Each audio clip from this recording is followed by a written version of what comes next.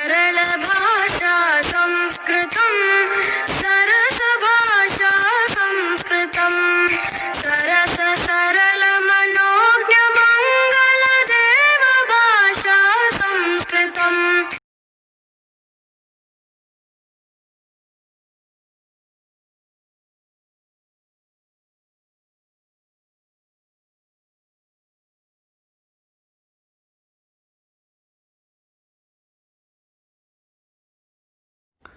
ओम श्री परमात्मने नमः। ओम श्री गुरुभ्यो नमः। ओम श्री ऋषिभ्यो नमः। सर्वेभ्यो नमो नमः। देववाणी संस्कृतम ई गुरुकुलम प्रति भवतां सर्वेषां हार्दं स्वागतम्। मित्राणि, अद्य वयं रचनानुवादकौमुद्याः 39तमां कक्षां पठिष्यामः। अपि च नवमस्य अभ्यासस्य तृतीयं खंडं पठिष्यामः। समीचीनं। आइए आज हम 9वें अभ्यास के तीसरे खंड को पढ़ते हैं। गत पाठ में मैंने आपको कुछ नियम पढ़ाए थे जो तृतीया का विधान करते थे, क्योंकि यह अभ्यास और इससे पूर्व का जो अष्टम अभ्यास था, ये दोनों अभ्यास तृतीया विभक्ति के लिए समर्पित हैं। तृतीया विभक्ति का विधान हमको सिखलाते हैं, यही था। उन नियमों को आपने अच्छी प्रकार से समझ लिया होगा, जैसा कि किम कार्यम अर्थ, इनके योग में तृतीया विभक्ति होती है, अलम के योग में भी तृतीया होती है, और एनांग विकार अर्थात शरीर का जो अंग विकृत है तद्वाची शब्द में भी तृतीया होती है, और प्रकृति आदि शब्दों में भी तृतीया होती है। और संधि सूत्र पढ़ाया था मौनस्वारः, अर्थात शब्द के अंत में यदि मकार है और आगे कोई व्यंजन आ रहा है तो उस मकार को क्या कर देते हैं जी, अनुस्वार। ये बातें हमने आपको पढ़ाई थी। अब आइएगा डॉक्टर कपिल देव महाराज जी द्वारा बताए गए उदाहरण वाक्यों को पढ़ते हैं। उदाहरण वाक्य, उसे पढ़ना चाहिए, सः पठेत। इसमें दो लिखे हैं, उसे पढ़ना चाहिए अथवा वह पढ़े। तो जो विधिलिंग का जो इसमें बताया गया था कि विधिलिंग का अर्थ क्या होता है, चाहिए अथवा आज्ञा, तो दोनों ही दिखा दिए, दोनों का एक ही अर्थ होता है। तो सह पठेत, तो पठेत में विधिलिंग का लकार का रूप हमने प्रयोग कर दिया। 2, तुझे लिखना चाहिए, त्वम लिखे है। 3, मैं गुरु को नमस्कार करूं, तो इसमें अहम गुरुम नमेयम, अर्थात मुझे गुरु को नमस्कार करना चाहिए, इसका यह सही अर्थ होगा। 4, दुर्जनेन को अर्थः किम प्रयोजनम किम कार्यम। दुर्जन से क्या लाभ, कोई लाभ नहीं दुर्जन व्यक्ति से। दुर्जन परेशानियां ही क्रिएट करता है जीवन में, इसलिए दुर्जनों से दूर रहना चाहिए, दुष्टों से। तो यहां पर देखिएगा, ये को अर्थ, किम प्रयोजनम किम कार्यम, सबके साथ किसका योग है, दुर्जन का। तो दुर्जन शब्द में तृतीया कर दी, दुर्जनेन। नंबर 5, अलम भोजनेन, भोजन मत करो जी, तो यहाँ अलम के साथ भोजन में तृतीया हो गई। 6, पादेन खंजः, मन पैर से लंगड़ा है, तो विकृति है, लंगड़ा है, अर्थात उससे ठीक से नहीं चला जाता है। तो किस कारण से, क्योंकि पैर उसका विकृत है, निर्बल है, विकल है, इसलिए तदवाची अंगवाची शब्द में तृतीया का प्रयोग कर दिया, पादेन। 7, गुरु शिशुम प्रश्नम पृच्छेत, गुरु शिशु को प्रश्न पूछे।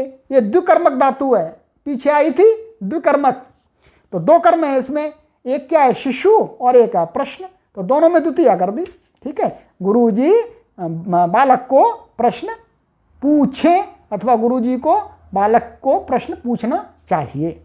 8 सूर्य मरीचिभिः तपेत, माने जो सूर्य है वह किरणों के द्वारा तपे अथवा तपना चाहिए।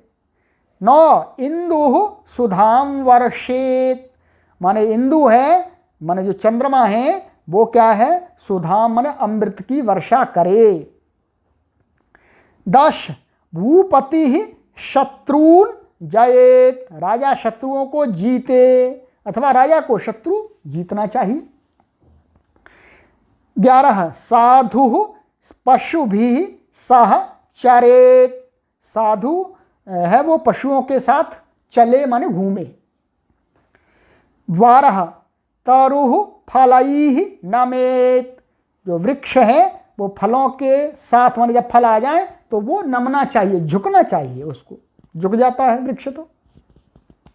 13 सज्जनाः विद्यया सह नमेयुः, माने जो सज्जन लोग हैं वो विद्या के साथ में अर्थात अपनी विद्या के साथ में क्या करें नमेयु माने विनम्र हो, नम्र बने। 14 प्रकृत्या साधु, अर्थात स्वभाव से सरल है, सज्जन है, श्रेष्ठ है। ये उदाहरण वाक्य हो गए। अब आपका कार्य आ गया, संस्कृत बनाओ। ये 20 वाक्य हैं, इनको आपको बनाना है। अब आइएगा अशुद्ध वाक्य शुद्ध वाक्य। 1 अलम हसितस्य, गलत। सही क्या होगा अलम हसितेन, क्योंकि नियम बताया था पीछे अलम के योग में तृतीया होती है। 2 नेत्रस्य काणः, गलत। सही क्या होगा नेत्रेण काणः, क्योंकि पीछे बताया था एनांग विकारः से तृतीया होती है तो तृतीया होनी चाहिए। 3 सुखात वहती, गलत। क्या होगा सुखेन वहती, क्योंकि ये बताया था प्रकृत्यादिभ्यो उपसंख्यानम, तृतीय आदि शब्दों में कौन सी विभक्ति होती है तृतीया, इसलिए क्या हुई सुखेन। 4 गिरौ गच्छेत, गलत। सही क्या होगा गिरिम गच्छेत, क्योंकि गिरि यहां पर कर्म है। 5 दुग्धम पिबेत, गलत। सही क्या होगा दुग्धम पिबेत, गलत इतना ही है जी, नीचे म लिख दिया है, उसको अनुस्वार बनाना है। मुख्य रूप से उच्चारण में तो ज़्यादा अंतर नहीं आता, अनुस्वार और मकार का समान जैसा ही उच्चारण सभी लोग करते हैं, परंतु शास्त्रीय प्रक्रिया से थोड़ा सा अंतर होना चाहिए। जैसे दुग्धम और अनुस्वार बोलेंगे तो बोलेंगे दुग्धम, इस प्रकार से बोलना चाहिए। आगे आइएगा नंबर 4, आपको और कार्य दिया जाता है। ख, इसके अंदर जो ख अनुवाद बनाने के लिए दिए थे आपको, ये आपका 9 से लेकर के आपके थे 20 तक, उनको क्या करना है आपको लट लकार लोट लकार लिट लकार में बदलना है। ठीक है, वहां पर तो विदलिंग में दिए हैं, पर आपको क्या करना है लकार लोट लकार और लिट लकार में बदलना है, उनको बनाना है।